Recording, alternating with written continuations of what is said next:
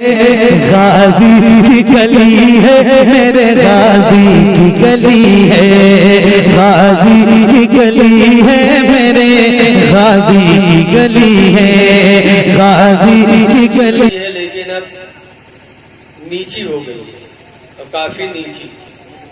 ہمارے حضرت نے فرمایا ارادہ ہے اس کو انشاءاللہ نئے سرے سے بنانا۔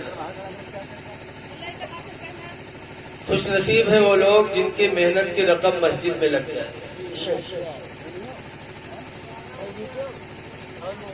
مسجد اللہ کے رسول صلی اللہ علیہ وسلم نے جب مکہ سے ہجرت کیا تو مدینہ سے 4 کلومیٹر پہلے پر ایک مسجد بنائی، جس مسجد کا نام ہے مسجد قباء۔ اور جب مدینہ پہنچے تو وہاں بھی جماعت سے نماز پڑھنے کے لیے مسجد کا ارادہ بنا۔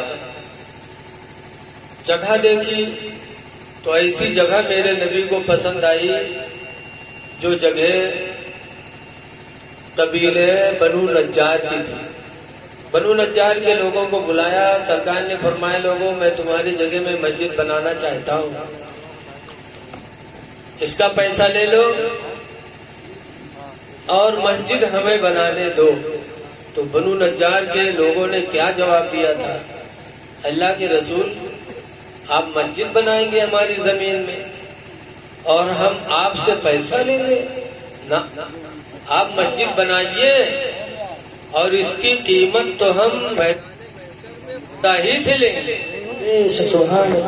اس کی قیمت ہم خدا سے لیں گے، آپ سے نہیں لیں گے۔ کیا عقیدہ تھا ان لوگوں کا؟ مسلمان کہتے ہی اسے جو بے دیکھے ایمان لیا۔ میدان محشر کب ہوگا ہمیں پتہ نہیں، حساب و کتاب ہوگا ہمیں پتہ نہیں، لیکن اللہ کے رسول نے کہہ دیا تو ہمارا ایمان اس پر ہو گیا۔ جیسے کہ حضور نے ایک اعرابی سے گھوڑا خریدا، حضور تھے اعرابی تھا، حضور نے گھوڑا خریدا، پیسہ دے دیا۔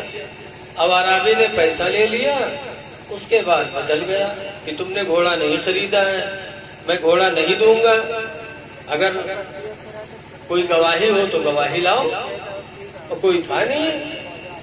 سرکار فرماتے ہیں میں نے لیا تو ہے تم سے، کہا نا میں نے نہیں بیچا ہے، کوئی گواہی ہے تمہارے پاس؟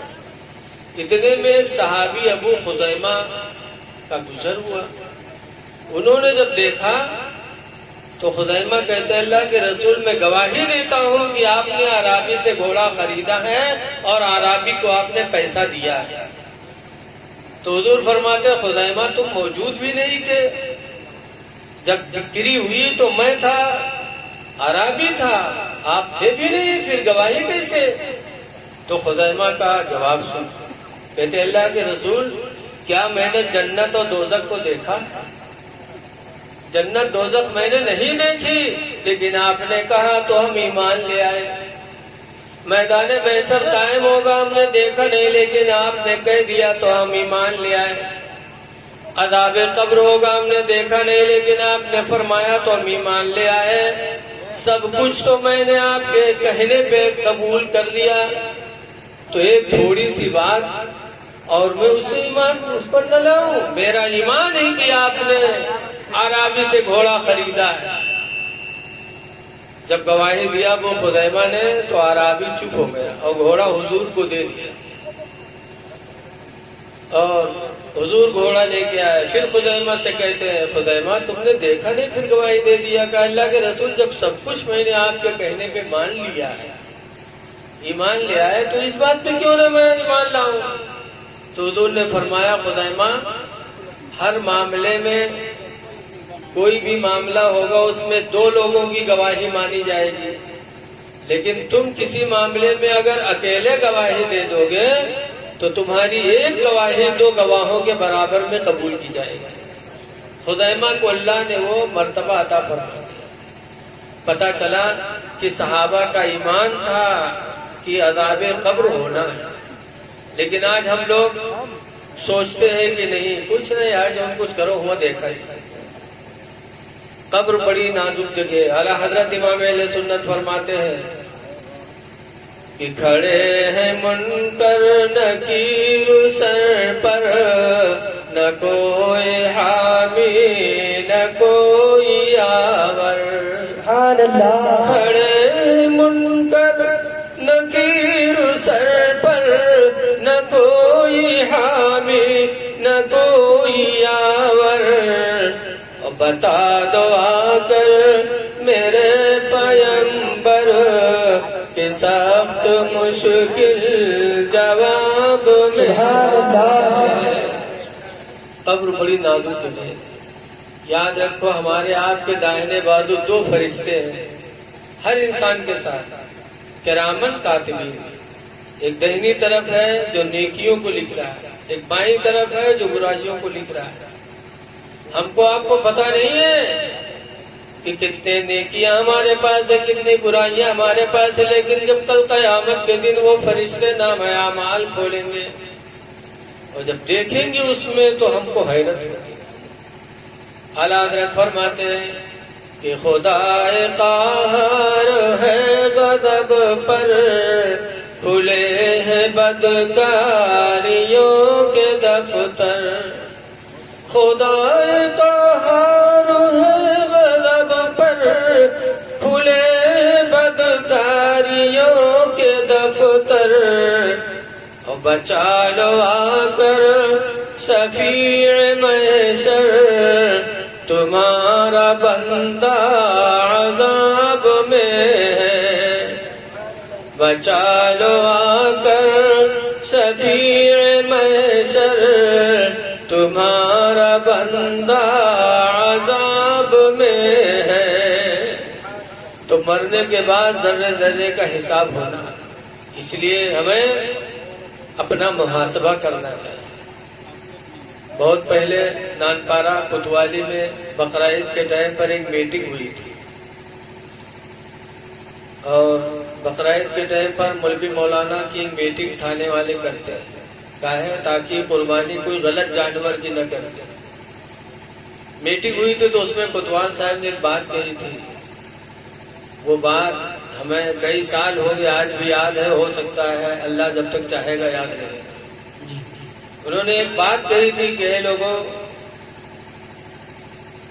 ان چیزوں سے اپنے آپ کو بچاؤ جن چیزوں سے بچنے کا گورنمنٹ آپ سے مطالبہ کرتی ہے، کیونکہ گورنمنٹ کے اصول پر بھی عمل کرنا ہمارے آپ کے لیے ضروری ہے۔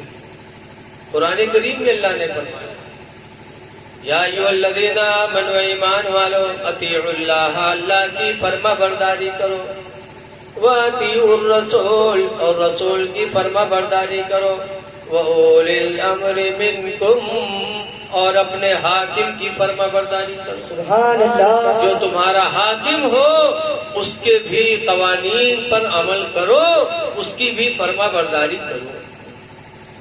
تو ہم کو انہوں نے اس طریقے سے سمجھایا، بہرحال وہ قرآن تھوڑی جانتے تھے، انہوں نے کہا بھائی قانون کی پابندی سب کے ذمے ہے۔ اور اسی محفل میں انہوں نے بتایا کہ ہمارے پرکھا لوگ اگلے زمانے میں جب شام ہوتی تھی اور کھانا کھا کے بستر پہ لیٹتے تھے تب وہ حساب لگاتے تھے کہ آج ہماری زندگی کا ایک دن گھٹ گیا، ہماری زندگی کا ایک دن گھٹ گیا۔ جب اس طریقے سے اپنا محاسبہ کرتے رہو گے تو تمہارا وقت کبھی برباد نہیں ہوگا۔ اسی لیے حدیث میں میرے پیغمبر نے فرمایا کہ اے لوگوں، دو چیزیں ایسی ہیں کہ چلے جانے کے بعد پھر واپس آنے والی نہیں، سوائے افسوس کے ہاتھ کے ملنے کے سوا کچھ ہاتھ نہیں آئے۔ وہ دو چیزیں کون ہیں؟ نمبر ایک پر سرکار نے فرمایا وقت، جو وقت گزر جاتا دوبارہ آتا نہیں، لہذا اپنے وقت کا خیال رکھو کہ ہمارا وقت کہاں گزر رہا ہے۔ صبح اٹھتے ہو، ایک دوسرے کے دروازے پہ جاتے ہو، پنچایت میں رہتے ہو، ایک دوسرے کی برائی کرتے ہو، کہاں رہنا چاہیے؟ اللہ تعالیٰ قرآن میں فرماتا وَاصْبِرْ نَفْسَكَ مَعَ الَّذِينَ يَدْعُونَ رَبَّهُمْ بِالْغَدَاةِ وَالْعَشِيِّ اے محبوب تم ان کے پاس بیٹھا کرو جو صبح و شام اپنے رب کو پکارا کرتے ہیں، جو اپنے رب کو یاد کرتے ہیں، ان کے پاس بیٹھو۔ اذان دینے والا کتنا خوش نصیب ہے۔ حدیث شریف میں ہے جو دنیا میں مسجد میں اذان پڑھے گا اللہ قیامت کے دن اسے ایک مقام عطا فرمائے گا، فرمائے گا میرے بندے تو دنیا میں اذان پڑھتا تھا، آج میدان محشر میں بھی تو اذان پکار، تیری آواز جہاں تک لوگ سنیں گے سب کے بارے میں ہم تیری شفاعت کو قبول کر لیں۔ وہ مؤذن اذان دے گا اور جتنے لوگ سنیں گے سب کے بارے میں اس اذان دینے والے کی شفاعت قبول کر کے اللہ سب کا ٹھکانہ جنت بنائے گا۔ سبحان اللہ۔ تو بیٹھو تو ایک اذان دینے والے کے پاس بیٹھو، بیٹھو اپنے امام کے پاس بیٹھو۔ آج امام کے پاس بیٹھو گے تو انشاءاللہ امام سے آپ کو اچھی باتیں ہی ملیں گی۔ مسئلہ پوچھو، قرآن کریم میں فَاسْأَلُوا أَهْلَ الذِّكْرِ إِن كُنتُمْ لَا تَعْلَمُونَ، اے لوگوں پوچھو ان لوگوں سے جو تمہیں نہ معلوم ہو۔ امام کے پاس بیٹھے ہو تو وضو کا طریقہ پوچھو۔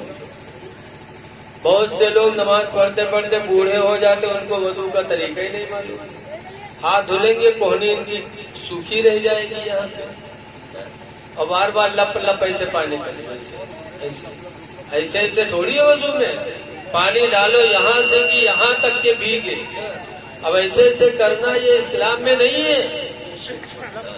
3 مرتبہ اپنے ہاتھ کو دھلو، پانی ڈالو ادھر سے کہ ادھر بہ جائے، چہرہ دھولو تو چہرے پہ پانی بہ جائے، لیکن بوڑھے ہو جائیں گے وضو کریں گے ایسے ایسے کر کے ایسے کرے گا۔ امام کے پاس بیٹھو تو وضو کا طریقہ پوچھو کہ وضو میں کتنی چیزیں ضروری ہیں، تو امام صاحب بتائیں گے 4 چیزیں اسلام میں وضو میں فرض ہیں۔ نمبر 1 پر چہرہ دھونا، سر کے بال کے اگلے کی جگہ سے ٹڈی کے نیچے تک، اور ایک کان کی لو سے دوسرے کان کی لو تک۔ اگر آپ نے چہرہ دھلا اور یہاں تھوڑا سا سوکھا رہ گیا تو آپ کا وضو ہوگا ہی نہیں، جب وضو نہیں ہوگا تو نماز نہیں ہوگی۔ ہاتھ دھلا کوہنی سوکھی رہ گئی تو آپ کا وضو نہیں ہوگا۔ تو چہرہ دھونا، دونوں ہاتھ کوہنیوں سمیت دھونا، سر کا مسح کرنا، سر کے مسح کے لیے بھی الگ پانی لینا چاہیے۔ ایک حاجی صاحب کو ایک دن میں نے دیکھا، حج بھی کیے عمرہ بھی کیے، بوڑھے ہو گئے اور وضو کر رہے تھے تو چہرہ دھلا، ہاتھ دھلا کے بعد ایسے ایسے کیے، ان کے بعد ایسے ایسے کیے، ان کے بعد پھر مسح کیا۔ ہم نے کہا حاجی صاحب مسح کے لیے نیا پانی لینا ضروری ہے، نیا پانی لو اور اس کے بعد پیر دھلو۔ امام صاحب کے پاس بیٹھو تو کبھی پوچھو کس طرح نہایا جائے جو شریعت میں ہم پاک ہو جائیں، تو امام صاحب بتائیں گے کہ 3 چیزیں نماز میں غسل میں ضروری ہیں۔ نمبر 1 طریقہ تو یہ ہے کہ پہلے ناپاکی لگی ہو تو اس کو دور کیا جائے، اس کے بعد کلی کرو غرارہ کے ساتھ، یہاں تک کہ اگر 2 دانتوں کے بیچ میں گوشت کا ٹکڑا یا ڈلی کا ٹکڑا پھنسا ہے اور آپ نے اس کو نہیں نکالا، ایسے نہا لیے تو آپ پاک نہیں ہوں گے۔ آپ دونوں دانتوں کے بیچ میں جو چیز ہے اس کو نکالو، غرارہ کے ساتھ منہ صاف کرو، ناک میں پانی ڈال کر ناک صاف کرو، اگر کوئی نکتی لگی رہ گئی تو آپ پاک نہیں ہوں گے، چاہے جتنی بالٹی پانی لگا دو، صابن لگا، پھر پورے بدن کو دھلو۔ تو امام کے پاس جب بیٹھو تو اللہ فرماتا ہے فَاسْأَلُوا أَهْلَ الذِّكْرِ إِن كُنتُمْ لَا تَعْلَمُونَ، مسئلہ پوچھا کرو علم والوں سے اگر تمہیں معلوم نہ ہو۔ تو اللہ تعالیٰ نے قرآن میں فرمائے محبوب ان کے پاس بیٹھو جو صبح و شام اپنے رب کو پکارا کرتے ہیں۔ اپنی بیٹھک اچھی رکھو، نمازوں کی پابندی کرو اور منہ سے وہ بولیاں بولو جو کسی کے دل کو تکلیف نہ پہنچے۔ اسی لیے حدیث پاک میں ہے، حضور سے پوچھا گیا اللہ کے رسول قیامت میں سب سے محبوب بندہ اللہ کے نزدیک کون ہو؟ تو حضور نے فرمایا سب سے محبوب بندہ قیامت کے دن وہ ہوگا جو دنیا میں کسی کے دل کو خوش کیا ہو. کسی کے دل کو خوش کرنا یہ بہت بڑی سعادت ہے اپنے آپ کے لیے.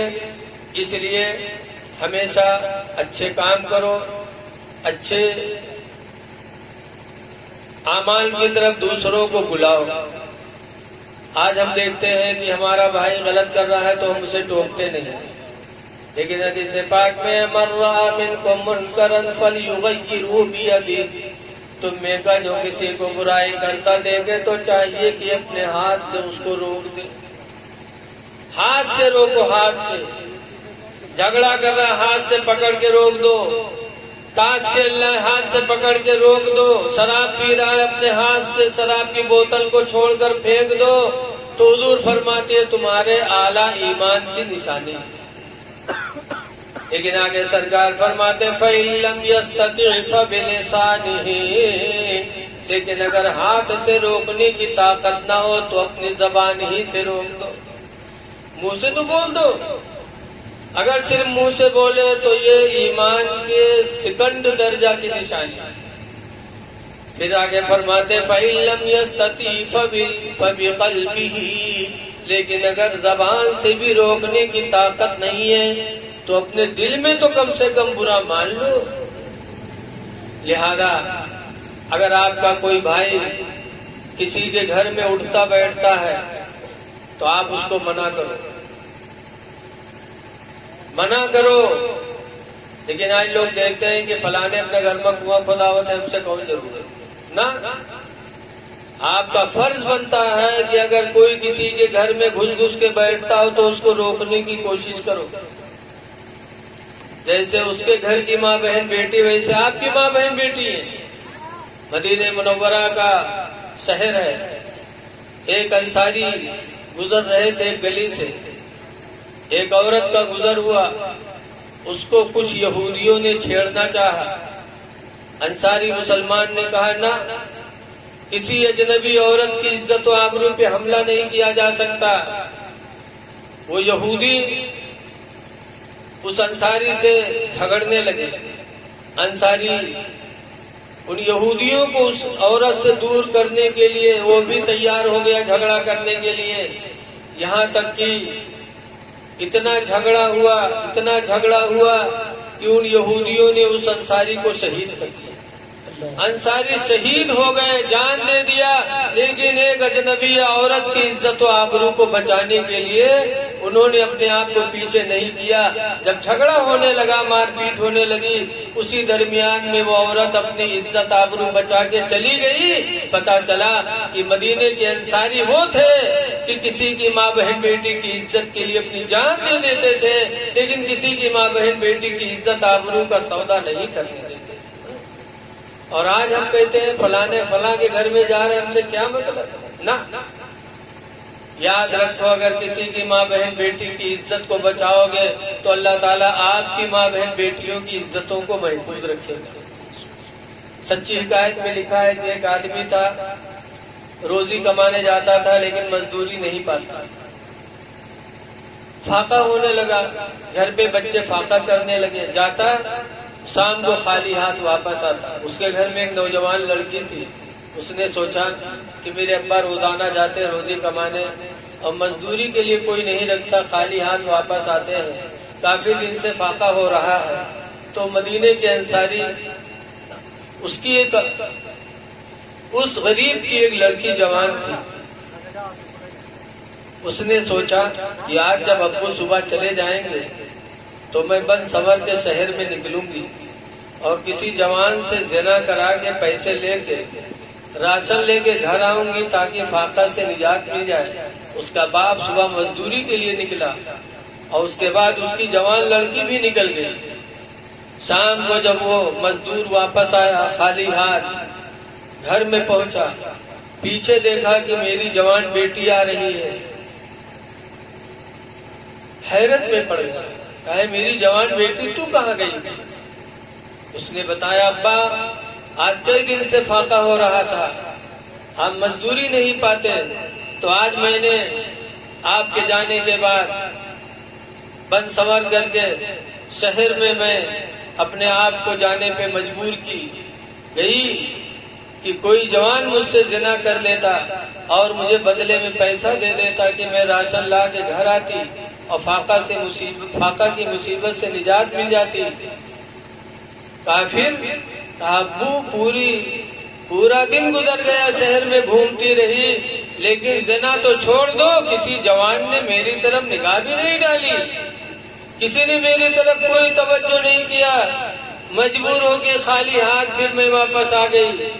تب اس کا باپ کہتا ہے بیٹی زندگی گزر گئی، کسی کی ماں بہن بیٹی پر میں نے کبھی غلط نگاہ نہیں ڈالا. سبحان جب اللہ. کسی کی ماں بہن پر غلط نگاہ میں نے نہیں ڈالا تو میری اولاد پر کوئی کیسے غلط نگاہ ڈالے گا؟ اللہ کا وعدہ ہے کما تدین و تدان، جیسا کرو گے ویسا پاؤ گے. بے شک اور سبحان جب تم دوسری کی ماں بہن بیٹی کی عزت آبرو کی حفاظت کرو گے تو اللہ اس کے وسیلے سے آپ کی ماں بہن بیٹیوں کی عزت آبرو کو محفوظ کرے گا. بے اس شک. لیے ضرورت ہے لوگوں اچھے کام کرو، ایک دوسرے کی مدد کرو، اللہ تعالیٰ آپ سے راضی ہو جائے گا. دعا ہے کہ اللہ تبارک و تعالیٰ ان چند باتوں کو اپنی جنان میں قبول کر لے. بس ہم یہی آپ سے درخواست کریں گے. دیکھیے ہمارے مہمان لوگ آ رہے ہیں انشاءاللہ، ان سے بھی آپ اللہ اور اللہ کے رسول کی بولیاں سنیں گے. حدیث پاک میں الامام ضامن والمؤذن مؤتمن، امام ضامن ہے نماز کا اور مؤذن آپ کی نمازوں کا امین ہے. اس لیے امام کی قدر کرنا بھی اپنی نماز میں کمال پیدا کرتا ہے. امام کی قدر کرو اور جو بچوں کو پڑھائے ان کی بھی عزت کرو. بس ایک بادشاہ کا واقعہ میں بیان کر کے آپ کو سمجھانے کی کوشش کر رہا ہوں. بغداد کے ایک بادشاہ تھے ہارون رشید، ان کے 2 بچے تھے امین مامون، امام محمد کے مدرسے میں پڑھتے تھے. ایک دن ہارون بادشاہ گھوڑے پہ سوار ہو کر کے امام محمد کے مدرسے میں گئے کہ دیکھیں میرے بچے کھیلتے ہیں کہ پڑھتے ہیں. وہاں گئے تو دیکھا کہ امام محمد وضو کر رہے تھے اور اپنا پیر دھل رہے تھے اور ہارون بادشاہ کا لڑکا امین لوٹا لیے پانی ڈال رہا تھا. ہارون بادشاہ نے دیکھا، گھوڑے سے اترے اور اپنے بچے کو کوڑے سے مارنے لگے. امام محمد فرماتے ہارون کیوں مار رہے ہو؟ میں استاد ہوں، کیا میری خدمت نہیں کر سکتا ہے؟ میرے پیر پہ پانی ڈال نہیں سکتا ہے؟ آپ مار رہے ہو؟ ہارون نے کہا تھا حضور اس لیے نہیں مارتا ہوں کہ آپ کے پیر پہ پانی ڈالتا ہے، آپ پیر دھل رہے ہیں. میں اس لیے مارتا ہوں کہ اس کو چاہیے تھا کہ ایک ہاتھ سے پانی ڈالتا اور ایک ہاتھ سے آپ کے پیر کو دھلتا، لیکن ایک ہاتھ کمر پہ رکھے ایک ہاتھ سے پانی ڈالتا ہے. اس کو چاہیے تھا کہ دوسرے ہاتھ سے آپ کے پیروں کو دھلتا تو آپ کی خدمت سے اللہ اسے علم دین کی دولت عطا فرمائے. سبحان اللہ. ایک بادشاہ نے اپنے بچے کو یہ ذہن دیا. اس لیے لوگوں جتنا اپنے امام کی قدر کرو گے، اپنے مدرسے کے مدرس کی قدر کرو گے، اللہ ویسے ہی آپ کی نماز میں بھی نکھار پیدا فرمائے گا اور آپ کے بچے کو اللہ تعالیٰ علم دین کی دولت سے مالا مال کرے گا. اس لیے ہمیں ان لوگوں کی قدر کرنا چاہیے. دعا ہے کہ اللہ تبارک و تعالیٰ ہم کو آپ کو اپنے نبی کی سنتوں کا عامل بنا دے اور اچھے اعمال کرنے کی اللہ توفیق دے دے. السلام علیکم ورحمۃ اللہ وبرکاتہ.